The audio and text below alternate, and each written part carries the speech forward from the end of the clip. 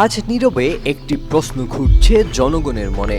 উসমান হাদির চারপাশে যারা সব সময় ছিল, যারা ছায়ার মতো পাশে থেকেছে, তাদের কেন এখনো গ্রেফতার করা হয়নি?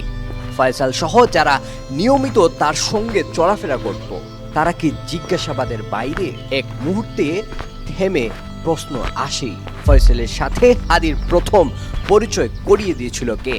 সেই মানুষটি এখন কোথায়? কেন এখনো তার নাম আসেনি আইনের তালিকায়?